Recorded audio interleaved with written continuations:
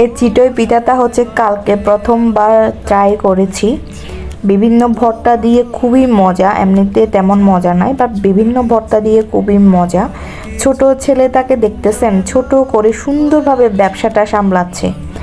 আর শেষে হচ্ছে দই নিয়ে আসছিলাম, কারণ হচ্ছে উনি অনেকক্ষণ বসেছিলেন। যাক, একটা ওনার থেকে দই নিয়ে এসে খাইছি বাসায় এসে।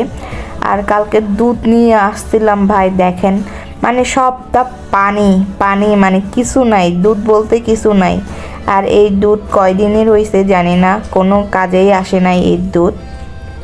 যাক, যে কাজটার জন্য নিয়ে আসছি সে কাজটা হয়েছে মোটামুটি। বাট হচ্ছে যে মানে এটা খাওয়ার জন্য বলে গরম করছি, অবস্থা খারাপ।